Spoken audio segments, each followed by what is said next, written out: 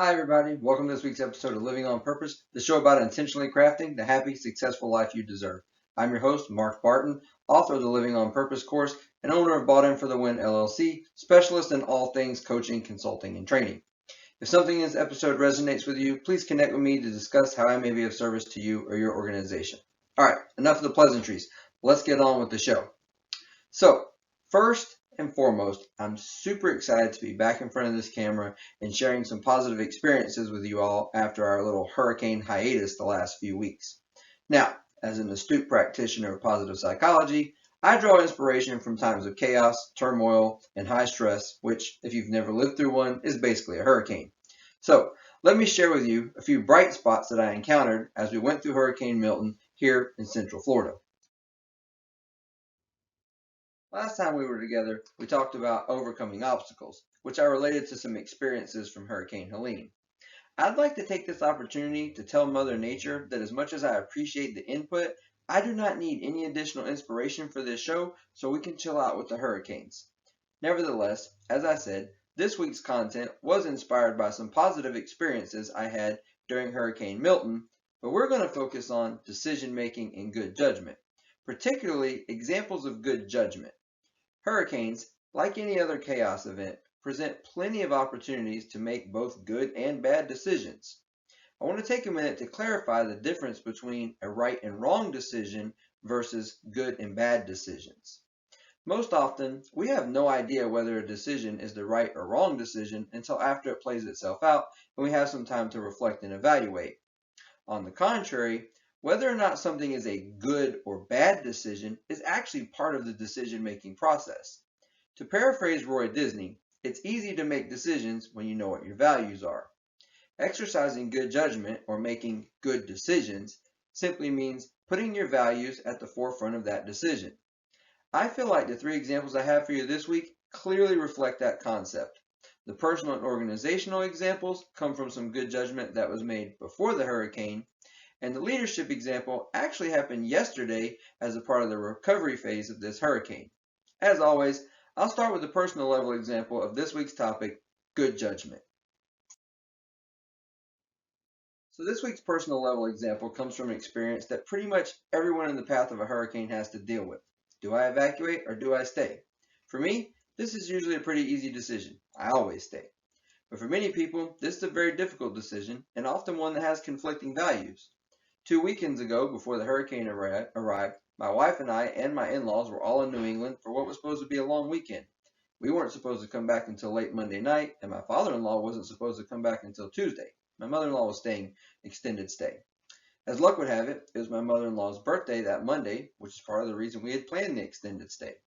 As the circumstances unfolded and we became more aware that the hurricane was in fact going to cut straight through Central Florida and we would potentially be severely impacted, it became more clear that we needed to get home sooner rather than later.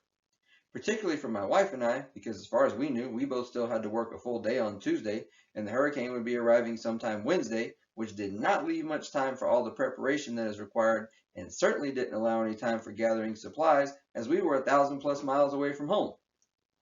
As much as we wanted to stay and enjoy our vacation day and celebrate my mother-in-law's birthday with her, the values hierarchy said we had to go. So we made the difficult decision and went through all the stress of changing flights so we could leave first thing Monday morning.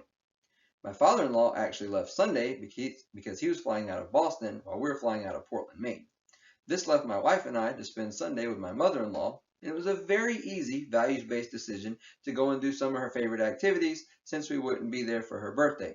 But the good judgment decision I want to share was the one I had to make about choosing to spend the night at a hotel next to the airport instead of staying with my mother-in-law at the condo she was renting. Now, did I want to spend all the money to stay in a hotel when I already had somewhere to stay? Absolutely not. But when the choices are spending $100 and some odd and taking an Uber, or wake my mother-in-law up at the ass crack of dawn to drive me 40 minutes to catch a 6 a.m. flight, it's really no contest and didn't take much values evaluation to make that good decision. Now that I've shared a couple personal anecdotes from some good decisions made prior to the hurricane, let me share an organizational example with you. This week's organizational example of good judgment is a huge shout out to both mine and my wife's employers, Florida Virtual School for me, and Brevard Public Schools for her. I cannot express enough gratitude to both organizations for making good judgment-based decisions about when to close ahead of the hurricane. If you've never experienced a hurricane, the preparation that leads up to it can be quite an ordeal. As I mentioned in the personal segment, I was over 1,000 miles away from home on Monday morning, which was a little over 48 hours away from when the hurricane was expected to start impacting us. Hurricane preparation usually starts a solid 72 hours in advance and has to be completed at least 6 to 12 hours before the first effects start arriving, even more if you're planning on evacuating. Both organizations understood this and understood the needs of not only their employees, but also the families they serve. I can tell you from firsthand experience, there are other organizations that do not practice this good judgment leading up to a hurricane. However, this is a positivity show, and we're going to focus on those good decisions. Deciding to shut down an entire school district, or in the case of Florida Virtual School, operations across the entire state, is obviously not an easy decision. However, referring back to the Roy Disney quote, I feel like both organizations put their values at the forefront, and it made the decision a lot easier.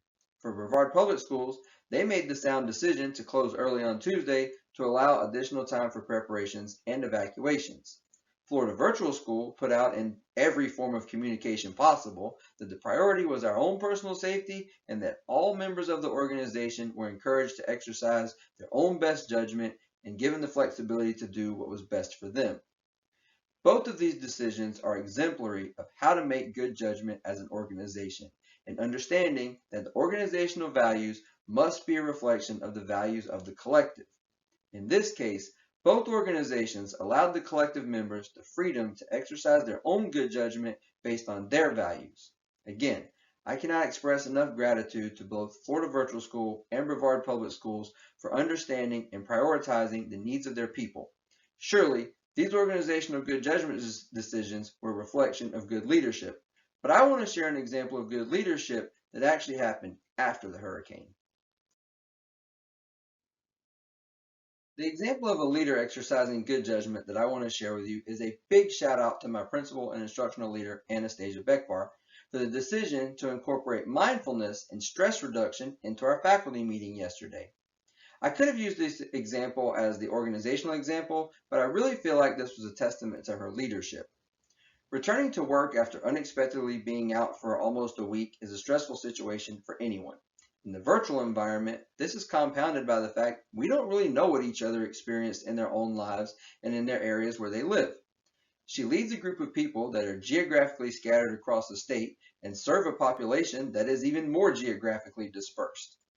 All of these factors present a uniquely high level of stress as it is compounded by the high level of uncertainty about who may or may not be able to start returning to a sense of normalcy. Given all of these circumstances, taking the time during a faculty meeting to give some instruction on mindfulness practices and actually conduct a mindfulness exercise is characteristic of a leader who understands the needs of their organization. I am absolutely certain that all of the metrics that she is responsible for monitoring for not only our evaluations as teacher, but also the general success of her schoolhouse were completely out of whack after experiencing 2 hurricanes in 3 weeks and losing over a week of operational time. But that didn't matter yesterday. What mattered most was equipping her subordinates with tools to reduce stress and avoid getting overwhelmed, knowing that if she took care of the people, the scoreboard would take care of itself. All too often, especially in the corporate world, we see leaders that are driven by metrics and they tend to lose sight of the people that create those metrics.